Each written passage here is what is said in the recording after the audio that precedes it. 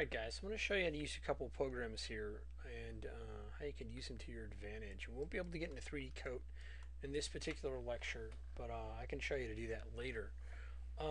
What I will show you though is how to start out building a tree in Maya, and once we build it in Maya we can take it into Mudbox, ZBrush, or even Sculptress, either one of those, to be able to add some more detail. Now we don't get into normal maps in this particular class, but I can show you how you can sculpt something and still be able to make a lower poly cage using 3D Coat and keeping a little bit of the silhouette.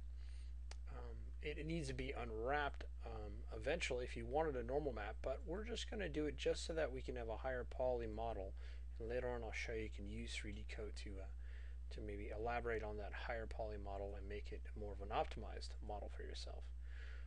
Such because some programs won't be able to take in real high poly models, such as Maya and 3D Studio Max.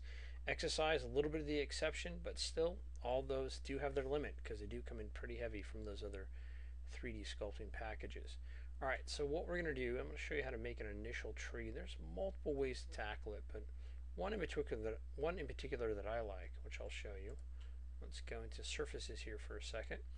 And in surfaces, we're going to go into curves. We're going to use the circle tool here in this particular case. I'm going to make a couple of them. So I'll make a base. I'll do Control D, lift this guy up. Control D, duplicate it again, and Control D. So what I'm going to do is make a very unique, maybe Amazonian type of base that we can work with. And I'll show you the initial steps to taking it into ZBrush, as well as some of the other programs you can compare, such as Mudbox and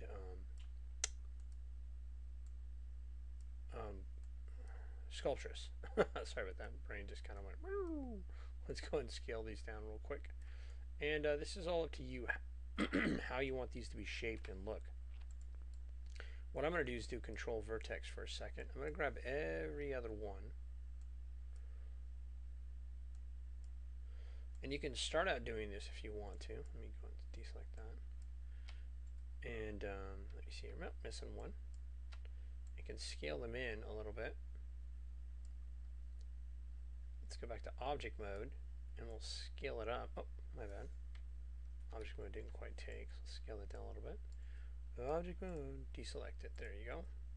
Just reassure Maya knows what I'm talking about. And if you want, you can actually keep these on the side. We'll keep them for maybe another demo. But we can grab this guy and do Control D, make a couple of them, scale it down, hit the R button there. Control D, we'll do about 3 of them. Hit the W button, R to scale it down, and then Control D, W, move it up, and R, scale it down. Cool. So that's about all we need for this particular example. So, and you can make your circle a lot more dense. What you can do when you go to create your particular NURBS circle, you can choose how you want it to look ahead of time. So that's up to you. If you want to divide it up, if you want to give it more than 8 spans, you can. You can also rebuild your surface too. Under surfaces, you can edit curve, and there's a thing that allows you to rebuild your curve. And when you rebuild your curve, you can actually choose exactly how you want that bad boy to look right there. Alright, so we got this here. I'm going to select this guy from top down or bottom up. You do need to make sure you do it in order. I get the T key to get hotkey for movement. Always end up selecting it over there. I don't know why. So grab this here, all in order. And we're now going to go to surfaces. We're going to go to loft. I showed you guys how to use the loft before.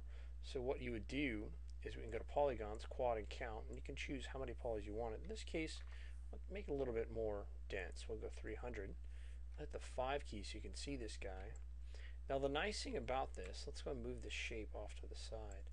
We have this framework to work with, but we can have some fun with this. I'm going to go and let's put wireframe and shaded so you can see this reacting. I'm going to grab each one of these pieces and I can rotate them, hitting the E key. As you rotate, you can get that nice organic look and feel you would get from an Amazon type of tree.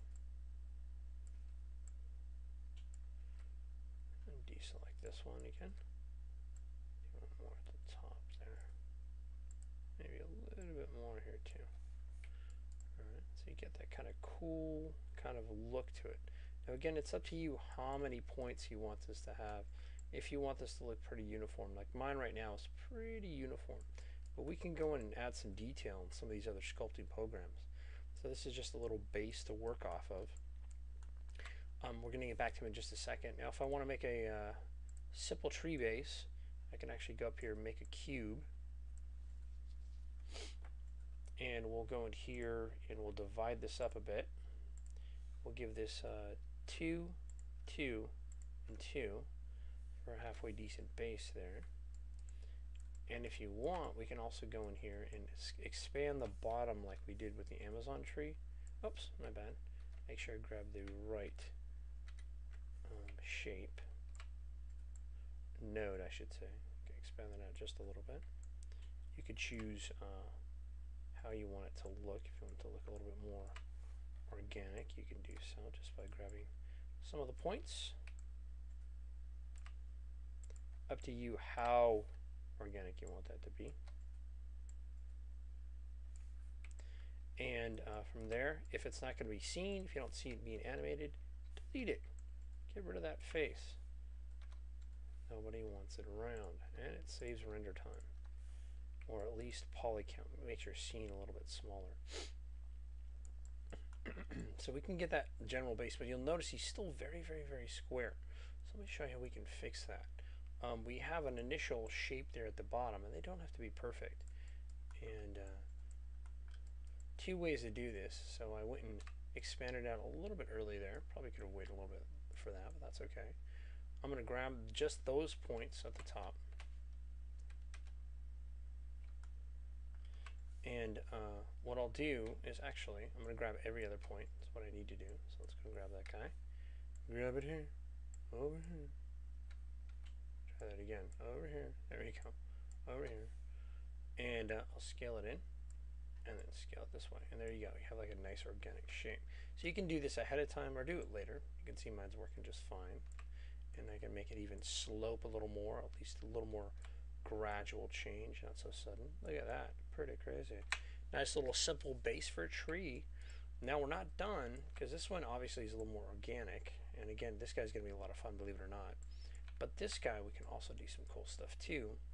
What we can do is extrude it real quickly, automatically, on the fly. And we're going to go to our curves again. I'm going to do the EP curve tool. Now if you want this to be completely straight, sometimes it's good to do that. I can go in here and just keep my snap to grid on and click.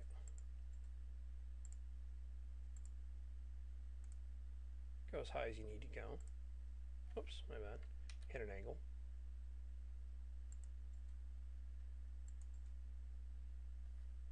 One more for the road. Enter when you're done. Now you have to draw away from the tree. Drawing away allows us to be able to point the origin at these faces. Now if you started from the top down, when you try to extrude, it's going to get weird, because I'm going to show you what we're doing. We're actually extruding on a curve. Let's go to faces here. Select these faces. Von and tool and free. And when I'm working, I actually like to turn this on. I don't always use backface culling, but I like to turn on my poly count. So if I know I have more than 4, it will show up here. Maya will tell me what's up. So I got those faces. I'll shift select the line. Now if for some reason you can't select that, just go to object mode. Object mode will keep your face selection. Then shift select the line from there. And then now we're going to extrude. Edit mesh. Using my hotbox, extrude. Now I just do a single one. If you want to, you can go to your extrude options and change that. But that's completely up to you. I like to do it by default, because then I go into the channel box, which automatically opens after the task. We go to divisions, we go doo -doo -doo -doo -doo. We can actually increase divisions or lower them. Cut here, and then you can also taper it. So you can go make it a little bit thinner if you want to. 3 of death and doom. So let's go to object. Boom. W. Move it over. And the cool thing about this now, we can use this curve to edit our tree. It's so we can move him around if we want to. Now we're having snap to grid on, so let's turn that off because it looks like he's trying to get down. Dancing, dancing. And we don't really want him to dance right now, so let's go and grab this again. You can see we move it. And it actually deforms pretty well. This is all up to you and how you want to move it. Now I'm using the curves here. Edit vertex here. And edit vertex is kind of the new thing they have where you can actually go in here and mess with some of the little polar controllers and move it around. I'm using 2013 just to let you know. So there's a few cool things that they have. You can also just switch it though. You can just go back into your curve point here and let me see, control vertex. Oh, just control vertex is fine. You can grab a set if you want to too. Just move over. Pretty cool. So you can get a tree really quick. This is really a trip that they have this now. This is so weird to me because I'm used to always having the other ones.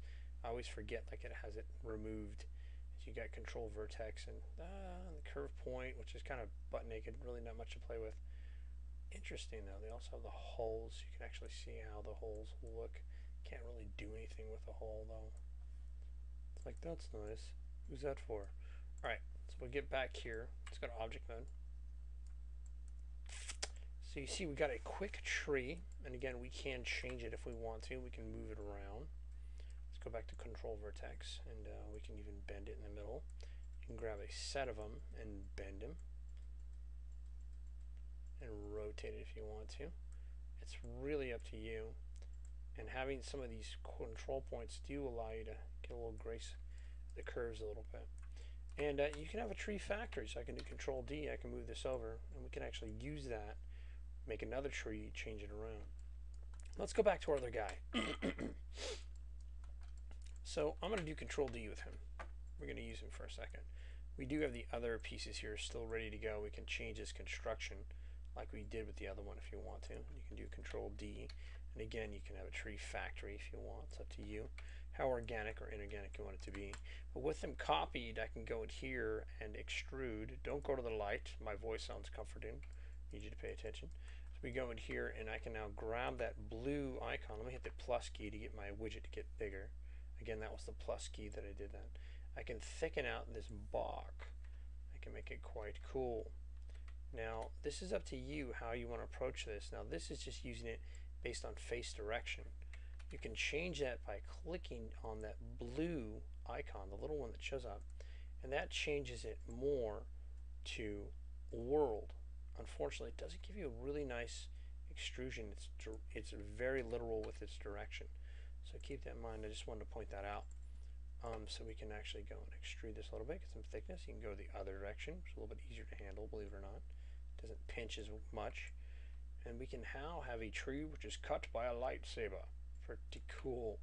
So, and then we can add our detail though too before we take it into another program. So I can go in here and grab this face, grab, and grab one more, and we'll do extrude. Grab that blue move tool, scale it down if I want to ahead of time. And you got to be careful, the scale is not perfect. Sometimes it's better to scale it just when you initially extrude so it doesn't get weird on you. Hit the rotation tool, maybe rotate that a little bit if you want. Make it a little bit more realistic looking. And then if you want, you can just grab some of the faces here, hit the W key, and move them up. Go to vertices mode for a second because it looks very straight up here. Scale it down. And if you want, grab an edge, make it a little bit uneven. More realistic. And you can do that with all these pieces if you want. So we can grab them, maybe move them down just ever so slightly so it doesn't really look like somebody came with a lightsaber and took it apart. Actually, it looks like it kind of deteriorated a little bit more. Even add another slice of broken tree if you want to. Up to you. Do that again. Extrude. And this time I'm going to scale it down ahead of time by clicking on one of these little guys. I didn't mean to click on the rotation tool. My bad for that. Do that one more time. And I click on just one of the cubes. There you go. Scale them down just a little bit. And it makes it a little bit more, a little easier to handle that ahead of time. Look at that. So it going in local mode has given us a broken type of shape ahead of time, which is actually not bad. Scale it down. Pretty cool. So we got two pieces there. And again, we can grab a face, hit the W key, move that up. A little more realistic looking, a little more believable. Grab these two guys, maybe pull them up a little bit. Oh, it looks like it's more like it's been snapped or rotted away.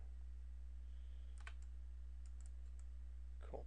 So when you got your piece all set and ready to go, what I'm going to do is I'm going to scale them up kind of big.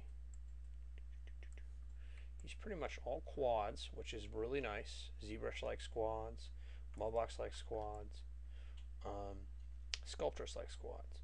So now that we got this guy set up, we're going to go in here and we're going to export him so we can actually sculpt on him a little bit.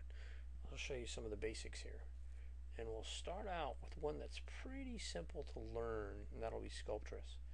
And then I'll make another video during the week on ZBrush, how to use ZBrush, how to work with it. So let's go in here and do export, selection. And again, oh, before I do that, make sure I follow my own advice. Delete by type, history, keep it clean. You can give it a name, trunk, Amazoni. There's a joke there somewhere, I'm not sure where. Enter.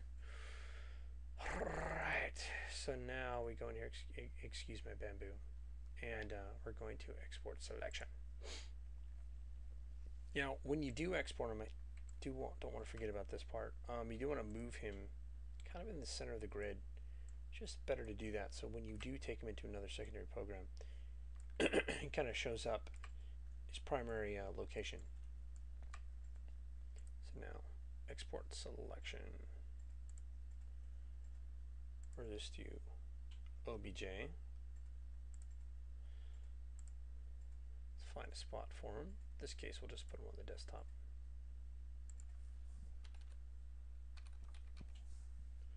Trunk. So let's fire up a new program. Kind of pushing it because I got a lot open right now. So let's look at Sculptress. Should be under Pixel Logic here. There we go. Sculptress 6. And the nice thing, and the one reason I am showing you this, he's free and virus free. Isn't so weird? So we got like a little sphere here we can paint on. Let me explain to you how this works. Let me hit Control Z for a second. Now Sculptress is a pretty nice tool and pretty simple. You'll notice me clicking away from the sphere. It'll do rotation for me. As you move over each one of these tools, it'll tell you what you can do. You can rotate, you can scale. There's a draw feature. This allows us to draw on our model, which is kind of cool. Right now I can totally draw. I can right click on this outside of my model. Make sure I hit the right hotkey. There we go. You should be able to, oh, there you go, it's spacebar. Sorry, I almost forgot. We can control our strength, the size of your brush mask if you want to. We don't get into it just yet in detail. You can actually control your detail for this, which is kind of nice. What this does, this allows us to go in here and to paint really quickly on here. So if we can draw, if we want to grab, you can grab, and it uses a thing using like tessellation. You can actually make a creature really quickly, and it does it quite well. It's great for previs. I actually really do enjoy this tool greatly compared to ZBrushes, and you'll see ZBrushes in a bit, which is a little bit messier looking compared to this guy. Although it's good, I really do like Dynamesh, but I do really like Sculptress so much better. It's just so much faster for me. We also have options here which allow us to control our background, the size, the pressure of things. Let me pull up my Wacom, speaking of pressure, and Cool, so it's pretty straightforward here how to use this guy, even pressure sensitivity. There's just background fog, it's nothing really to worry about. Okay, let me hit OK here. So now let's go into import an OBJ. Open. New scene. It's fine.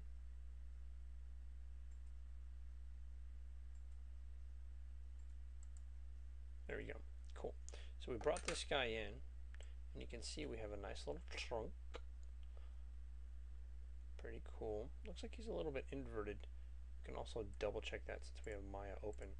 So let's double check that and see if that was a situation. So we go to custom polygon display for a second, go to normals, hit apply. Oh, looks like we're all pointing in the right direction. Slight strangeness from beyond. It's very weird. So it's going to lower our normal size here. Oh, that's edge width, my bad. Normal size.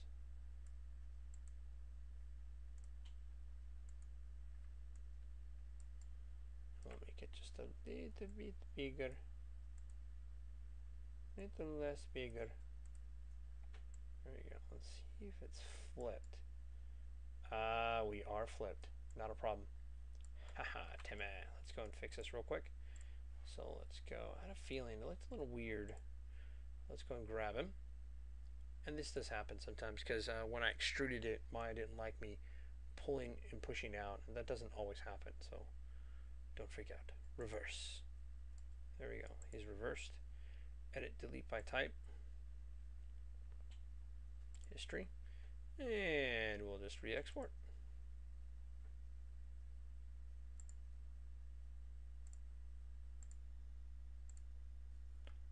Go back to Sculptress. Let's do another import.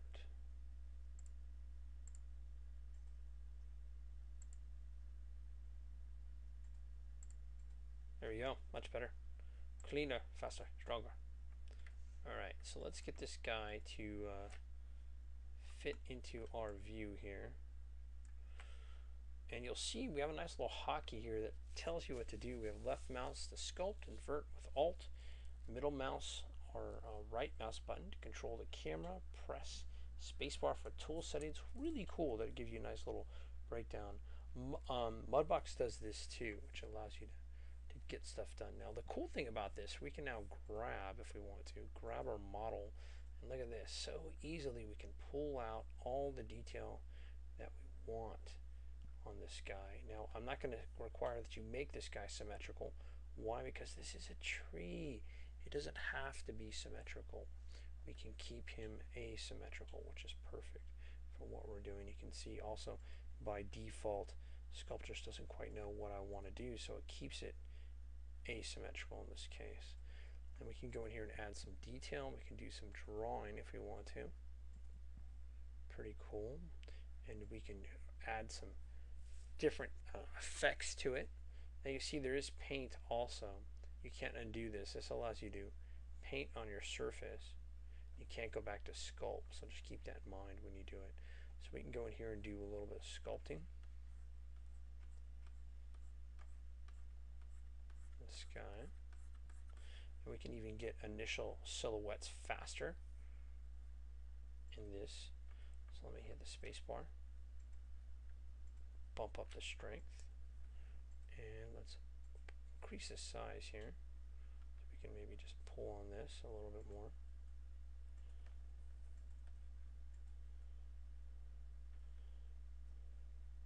Maybe bump it out a little bit there. A little bit bulging in some areas. And the cool thing about using Sculptress, it'll actually rebuild on the fly. So as I pull on structures, you'll see it just rebuild its geo as we go.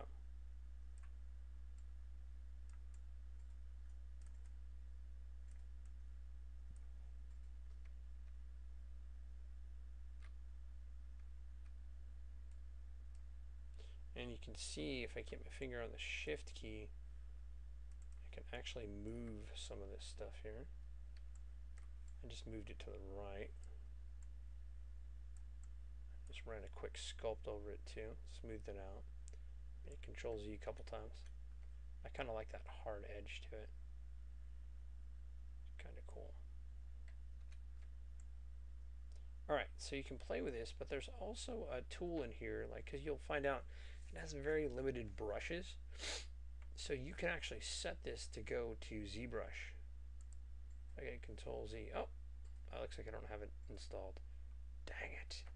That's okay, because we can actually pretend it went there. So let's go and export him out real quick.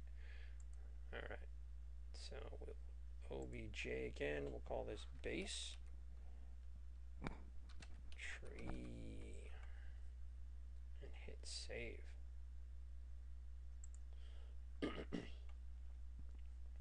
Let me save my scene real quick.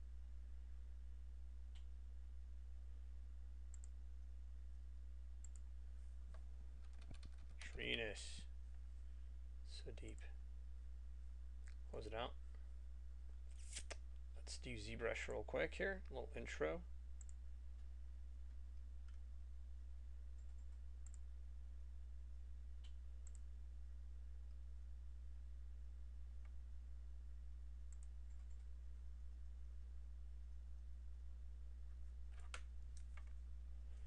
Alright. So we got a little seed here.